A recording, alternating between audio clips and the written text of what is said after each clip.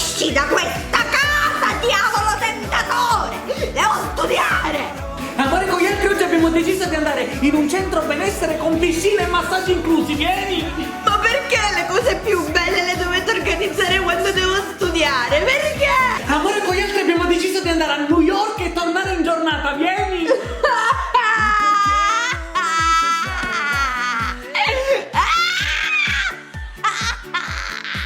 Amore, ho preso 30!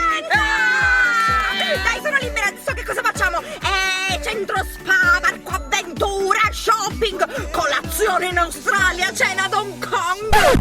No, amore, con gli altri ci sono finiti i soldi tutto questo fine settimana. Ormai se ne parla la prossima estate. No! Stasera cena con mia madre!